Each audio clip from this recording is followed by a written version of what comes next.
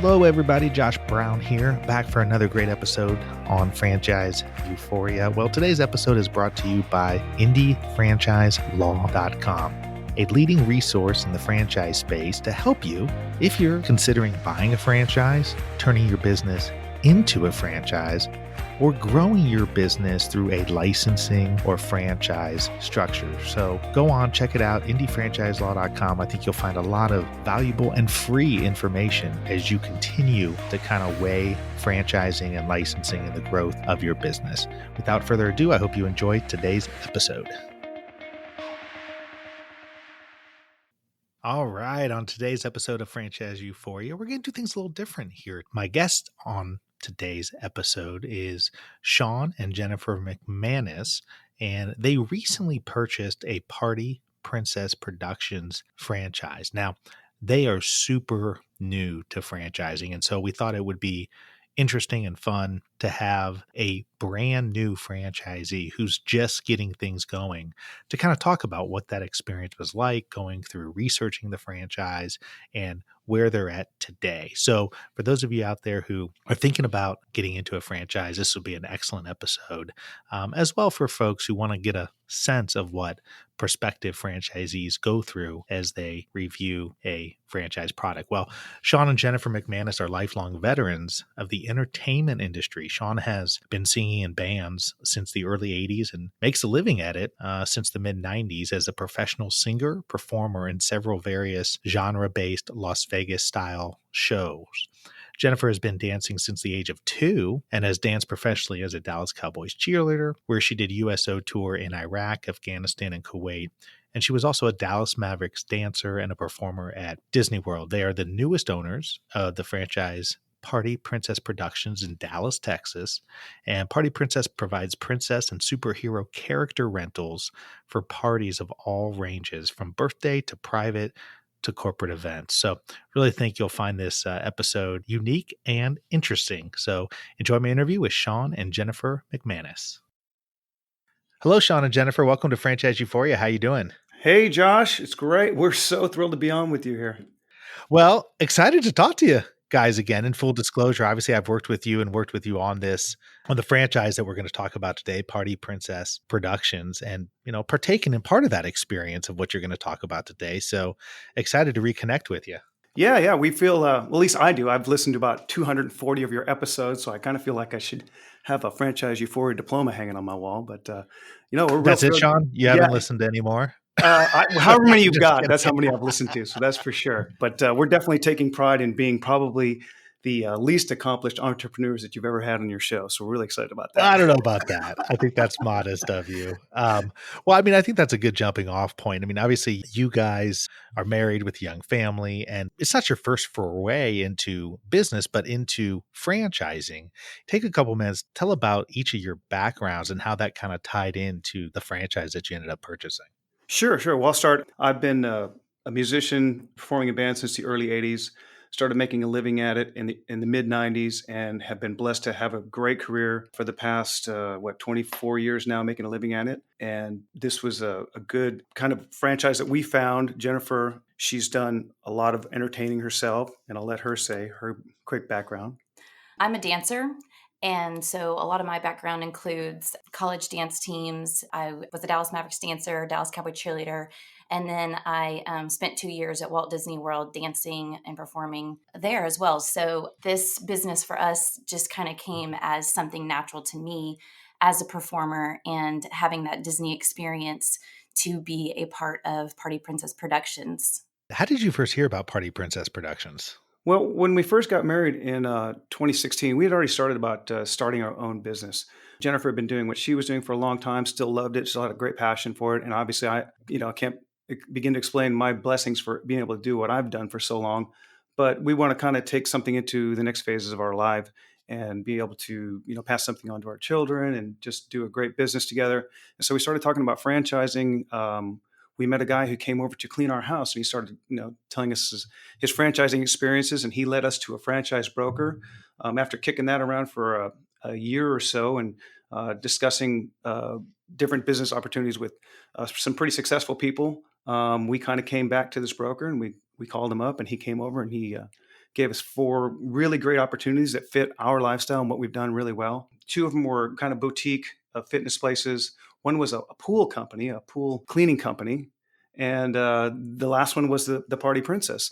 And we were pretty close on signing on to the pool company, but at the end of the day, we just didn't have the passion for it. I think we would have been up and running and maybe profitable faster, but I think the long game, the big picture, this fitted our lifestyle and fitted, what we've been doing our entire lives. So it was a really good fit for us. So I'm curious. I mean, obviously, with the franchise broker, their job is to kind of assess your strengths and what would align well with your experiences. I get the fitness side, right? With Jennifer's background. I obviously get the Party Princess Productions with both of your backgrounds. Tell me about the pool company. How did that tie in?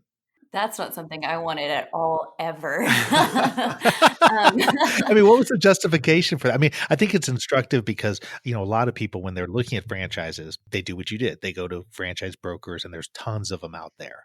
And just like anything, there's some that are good, some that are bad.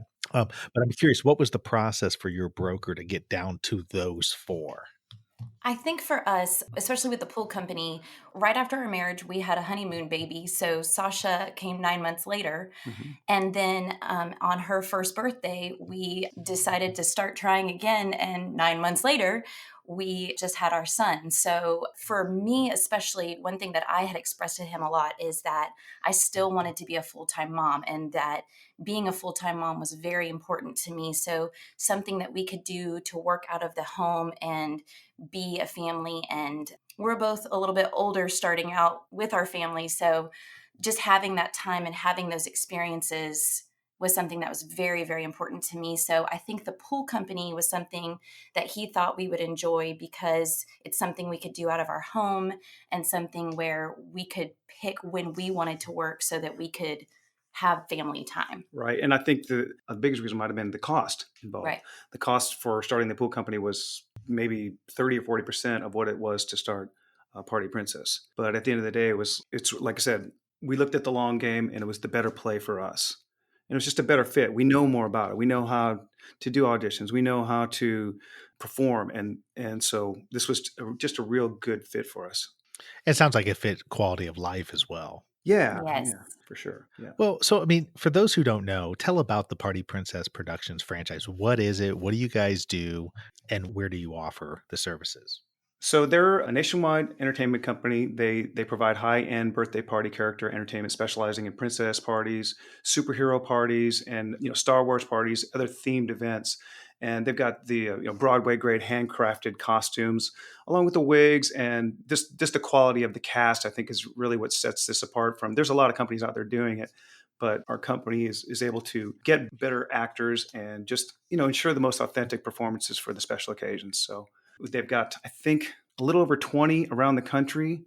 We are the actual second attempt here at Dallas. The lady who owned it previously, unfortunately, became ill and she had to step out. So we're getting Dallas back up and running again. We're super excited about it. And the social marketing, the social media is already up and running from what's been before. And our digital marketing just started last week. So we're really excited about our grand opening next week. So we are in the thick of it. Yeah, I mean, so talk about that. What has that been like? Obviously, with a young family. I know you said Sasha. Now, what's your son's name? Brett.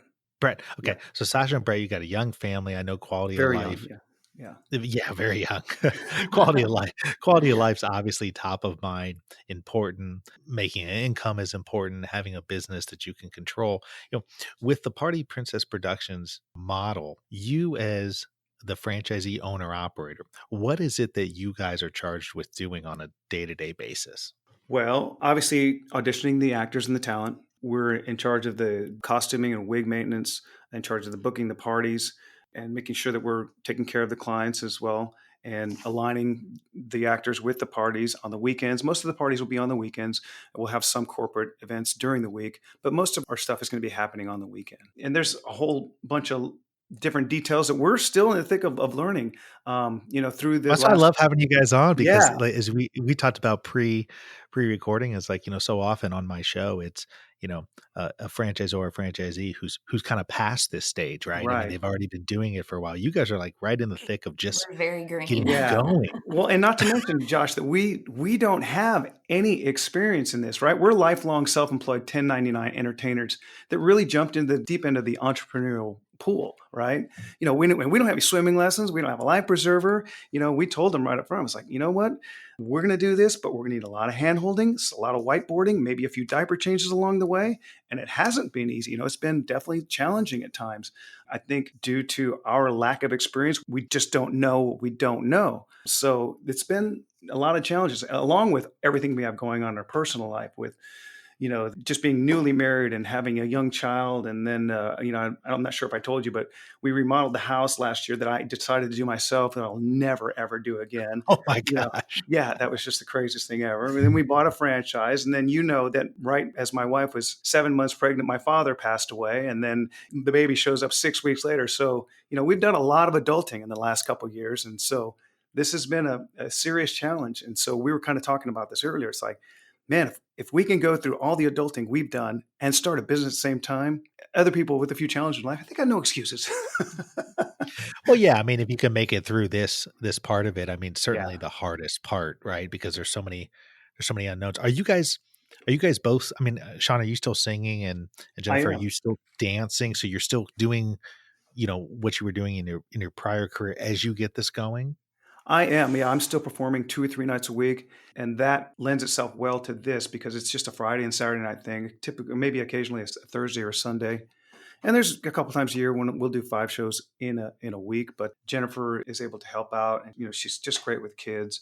And she's not performing anymore. Right. I'm not performing anymore. I've been teaching dance for the last 7 years, which I'm going to cut back on once this season is over so that I can be more here for the company, which is great for us because Sean has more of a gift in the marketing and that side of everything. And I have more of a gift with working with the employees and training the employees because that's what I've done and I know more about it. So we've been able to really divide things out so that they're going to work hopefully in the Yeah. future. Well, and we did hire a manager as well.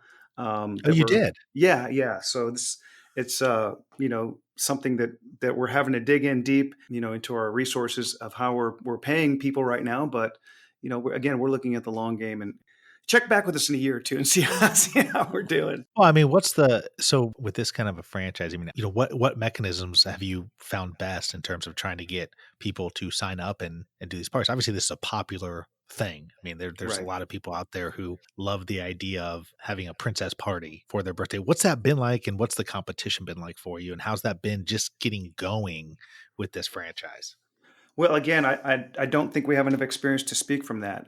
We're leaning heavily on what corporate is helping us out with in Los Angeles right now. Part of our agreement of signing on was that while the baby was here, they're going to be helping us through these first transitional stages, especially the first 2 or 3 months until the baby's able to be a little more independent, and we can split the duties up, and Jennifer doesn't have to tend to the baby all the time. So Because he's only 3 weeks old right yeah, now. yeah, So. let's do it. Yeah. So again, I wish I could speak with more experience about that, but I mean, we Well, we'll know have there's to check in later on yeah, you then. yeah, of course, Absolutely. yeah. Like I We'll said, have if to we do can talk next year or 6 months from now, then I think we'd better ability to answer the questions. But we do know there's some competition in the area. There's a shop just in the same town that we're in that has these princess parties, but as far as I'm aware, they're not doing the same type of business where you go in, they bring their people bring their kids in, and they have a couple of princesses, but I'm not sure if they're offering the same type of services we are. So So for people who are listening who are contemplating buying a franchise, going down the same road that you went down, that you are ahead of them a little bit, right? I mean, even though you're early on in the franchise, you've been down that road. right. What are some of the things that you'd be comfortable speaking about that could maybe help them on their journey? Well, first and foremost is download and subscribe to Franchise Euphoria with Josh Brown.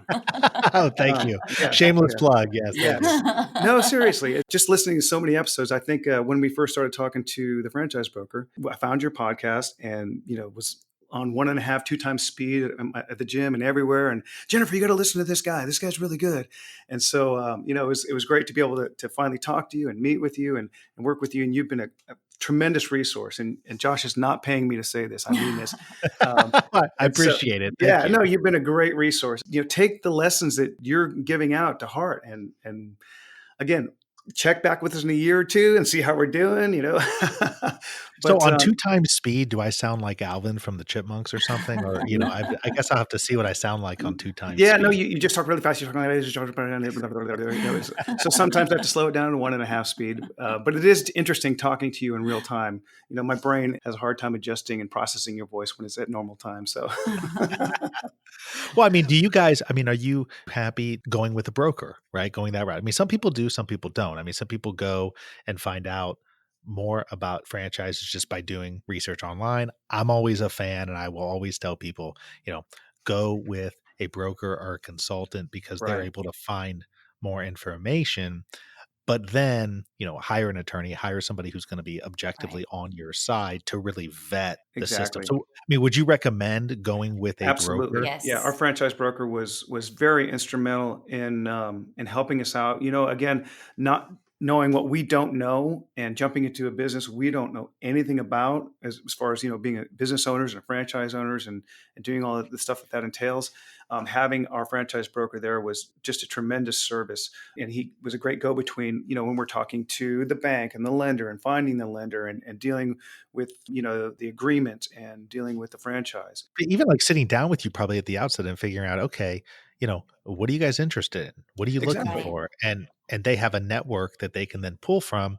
And, they didn't charge you anything for that, I assume, right? I mean, you No, just they make a commission off of the franchise, or so yeah. But yeah, so that's why, obviously they have a network of franchise systems that they work with, and most often they'll refer you to somebody in their network. Sometimes people will say, "Hey, it's out of our network, but here's I think a really good fit." But that's the important part of use the broker at the outset, but then also get somebody, when I say objective, it means like, a lawyer who's actually going to be on your side. There's not a right, conflicting interest there. It's not to say that brokers have a conflict of interest or going to do something untoward, but they do get paid if you sign up with a franchise system that they recommend.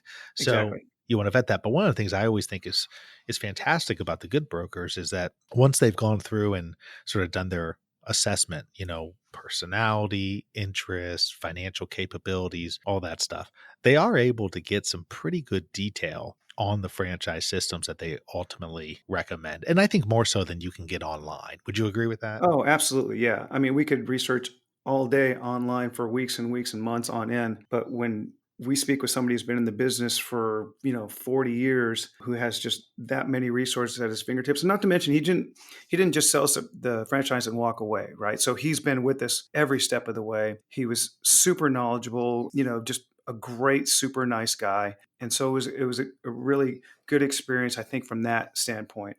And I Again, think he was yeah, able to get people on the phone that we wouldn't have been able to get on the phone just coming into it ourselves, so that we were able to get the right answers quickly and get the right people to talk to when we needed to talk to them. great point. Yeah, exactly. Because we did run into a few struggles with the lender, and again, I don't need to throw out names or throw anybody under the bus, but there were, like I said, a lot of challenges where we were going, throwing our hands up in the air and going, "What do we do?" And that's where our broker was able to step in and go, "Here's what you do, and if you're not able to get anywhere down this road, let me help. I'll make a few phone calls. I've got the pull and the knowledge in the industry, and I'm able to use my resources to your benefit." So, Yeah, I mean, I think it's important to go with somebody who does have that experience level. And I think right, as we talked about during the process, I mean, you had your broker, you had, obviously the banks that you were contemplating and going through and looking into, CPA, an yep, accountant. Mhm. yep. Those are all key people. Talk a little bit about how, your accountant or using an accountant was beneficial in assessing the franchise. Well, that's again, I think that's another step we're kind of getting into and talking about. We definitely had discussions with our accountant and our financial advisor about doing it. Financial advisor was really behind it, and we had to cash in some of our retirement to buy the business. And so our financial advisors, they're entrepreneurial people too, and they believed in the system of franchising. So that was really helpful, and they gave us some great insight as well. And our accountant, again, we haven't had too many meetings with them about it, but we've got a good team on our side, and we feel like that we're in a good position to move forward. And we actually had one more attorney help us with all the backside legal paperwork, with all filing the DBAs and the LLCs and all that other stuff. So I wasn't sure if you did that or not, but it's, No, that's great. yeah, we definitely had a whole team of people working for us. And I think that, something that we definitely learned along the way is that what you keep saying, make sure you have this much set up for expenses for 6 months. I think we probably could have done a better job, because we were kind of at one point, and I still feel like we're just kind of getting hit left and right with, oh, we need this for this, this much for that, and just, these little expenses pile on. So I think, to heed Josh's advice, have that working capital up front of the 6 months expense, because that was definitely something. I mean, like I said, we're able to survive on my income as a performer and entertainer, so that's good. But that's definitely some great advice that we probably could have stuck a little better too. And I think the time frame as well, Yeah. knowing that it's going to take a lot longer than they probably tell you it's going to take, because there's a lot of different working parts and there's a lot of different people involved. And just because you want it to get up and running before your baby is born doesn't mean that everybody's on the same page about that. So I think that was something for us, because I really wanted this up and running before my maternity leave started, Right. because as a 1099 performer, I don't have a paid maternity leave. So this was going to be what was going to be replacing my paycheck. That was another part of it of, oh, wait, we don't have my income coming in anymore. Yeah. And now this isn't up and running as fast as we thought it would. So I think just knowing that your time frame is always going to be longer than you think it's going to be. Yeah. I think that's a great point. I mean, I think that's actually, one of the things that most franchisees would say they wish they would have known at the outset. I mean, I always, people will ask, what's the best time to contact your lawyer to contact? I mean, I think once you have an idea of a franchise or two that you're really, really seriously diving into and you receive the FDD, at that point in time, you need to get some professionals involved at Yes. that time Yes. before you go to discovery day, so that, somebody can review these kinds of things and help provide with questions and other kinds of stuff before you go there. So I think that's kind of important. On that note, what's one other thing, if you can think of anything, that even though you're early, at this stage, you wish you would have known, a few months back? I think for me, maybe being able to talk with different financial institutions about financing. Our walk with our lender wasn't easy. There was a lot of miscommunication that, again, I think they probably could have done better, and maybe we could have done better too. I mean, things are working out now and they've smoothed out, but I think I probably would have maybe shopped around. But again, with our crazy schedule and what we were kind of going through at the time, and Jennifer's crazy January and February schedule with her competitions, it didn't leave us a whole lot of time to kind of jump out and maybe search around for those types of things. I agree. Just having more time to dedicate to making sure that you're making the right choices instead of just going with the first person that they suggest to you. Yeah. Well, this has been great. I mean, here's what I want to do, if you're okay with it. I mean, this is a unique episode. I love that because obviously, as I said earlier, it's not often I have, franchisees who are so early in franchising, but I think it'll be instructive and helpful to the audience. But I'd love to check back in and get you guys to come back on at the end of the year, That would be great. at the end of this year, so you have a little bit more under your belt. Now, Sean, maybe you'll have to sing a tune or something when you come on. I don't know, but Just as long as I don't have to join it. no, but I really appreciate you guys being candid, transparent. And I know when we talked about you coming on, it was under the guise of, hey, let's, have a discussion about what it's like in the early stages. And the reality is it's kind of scary. I mean, you're balancing a lot of balls. You got a lot of things going, even though, you bought into a franchise system, which a lot of people, I think, erroneously think that, oh, it's just a business in a box and I just buy it and it just set it and forget it. And the reality is it's not like that in any franchise system. And I think people understanding that and hearing that from other people who are going through it is very helpful. Yeah, there's definitely been no lack of stress. The sleeping factor is just, it's crazy right now. Not only with the newborn and another one under two, but yeah, the stress of starting a new business and the sleepless nights it's something that I don't think we really anticipated or knew we were getting into. But again, I think we're such hardworking, dedicated people that we're looking at this like there's no way it's not going to work. And I think if you go into it with that attitude, I'm hoping, again, we'll talk in 6 months or a year from now, I'm hoping that that's what it takes to make a successful business. So. Well, and I think the next time you check in with us, we will have gotten to the point where it's smooth sailing and things are going to be a little bit easier. I think the setup process is, that's not our specialty. That's not where we excel. But once this business is going, I think that you're going to find that we're a lot happier where we are because it's what we love to do instead of the business side, which is obviously not what we chose to do earlier on in our lives. Yeah. Well, thank you guys so much for coming on. Like I said, it's been very instructive and I appreciate your candor and look forward to having a follow-up episode to this at some point in the future after you've been doing it for a little bit longer. If anybody wants to reach out to you who's, contemplating a franchise, do you have a good contact email? Sure. It's my name, Sean, SEAN McManus, MCMANUS at partyprincessproductions.com. It's a very long email, but if you've got show notes, maybe you can stick in there. I'm happy to. Oh, they'll be in the answer show any notes. questions. I'll be there. Well, Josh, we really can't thank you enough again for all of your help and your awesome podcast. And I have yet to go and leave a review every time I start to do that, but I'm going to do it. I promise you, sir. I appreciate that. Thank you guys so much. Look forward to talking again soon. Thanks again, Josh. Thanks.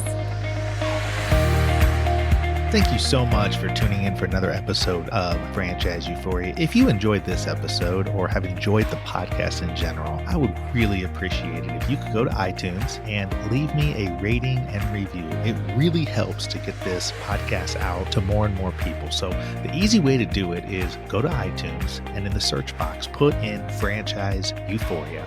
You will then see my cover art and you click on my smiling face that says Franchise Euphoria and then click on the link that says ratings and reviews. It's that simple, but boy, oh boy, does it mean the world to me when people leave ratings and reviews. And like I said, it really helps get the show out there. Once again, would love it if you would go to iTunes and leave a rating and review if you enjoyed this episode or other episodes of the show.